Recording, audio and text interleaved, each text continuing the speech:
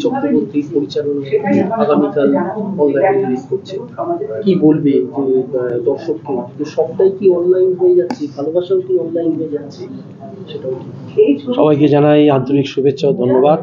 দর্শকবৃন্দ যারা আমার ইন্টারভিউ নিচ্ছে তাদের সবাইকে। আসলে এখন ছবির গল্পের ব্যাপারগুলো সব চেঞ্জ হয়ে গেছে। আগে যেরকম থোর বড়ি খাড়া বড়ি থোর ছবি হতো বাংলা ছবি, এখন সেই ছবিগুলো আর সেই ধরনের ছবি করলে বাংলা ছবি চলবে না।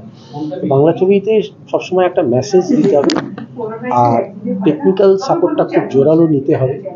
ভালো ক্যামেরাম্যান, ভালো স্ক্রিপ্ট।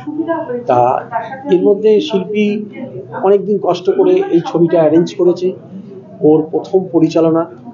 সেই অর্থে আমি ওর ফেভারেই বলবো। ছবিটা করতে করতে গিয়ে মনে হয়েছে যে ঠিক আছে, ও ঠিকই করেছে, ভালো করেছে, একটা মেসেজ রেখেছে। এই মেসেজটা যদি দর্শক নিয়ে নেয় তাহলে ছবিটা আমার মনে হয় একটা জায়গায় যাচ্ছে। কিন্তু সবটাই তো ওই দর্শকই হচ্ছে ঈশ্বর। কোন ছবি মানে 1 কোটি টাকার ব্যবসা করবে, কোন ছবি করবে না, সেটা বলা খুব মুশকিল হয়। কিন্তু ছবির বিষয়বস্তুটা আজকে এখন অনলাইনেরই যুগ, সেটা কখন অফলাইন হয়ে যাবে সে তো আমি বলতে পারবো না, কিন্তু অনলাইনের জন্য এই অনলাইন ছবিটা ঠিকই আছে। নতুনদের সঙ্গে যারা কাজ করেছে সবাই ভালো। এখন অভিনয়টা মোটামুটি সবাই দেখেছি ভালোই করে, খারাপ কিছু নয়। এখন সেই গলা ভারী করে অভিনয় করলে আর এখনকার দিনে চলবে না। এখনকার দিনে নর্মাল অ্যাক্টিংটা, যেটা আমরা কথা বলছি এখন যে কথা বলছি সেটাই হবে।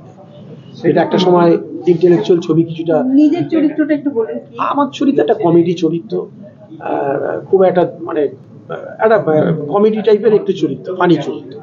এটা যে গুরুত্বপূর্ণ চরিত্র তা না। ও আমাকে যখন রিকোয়েস্ট করলো আমি এলাম, আমি নিশ্চয়ই কাজ করতে গিয়ে ভালো লেগেছে। কোথায় শুটিং হয়েছিল? শুটিং হয়েছে আমাদের ওই টালিগঞ্জ চত্বরের মধ্যেই, যেরকম হয় কিছু বাড়ি ভাড়া নেওয়া হয় যেরকম, সেই বাড়ির মধ্যেই শুটিং হয়েছে।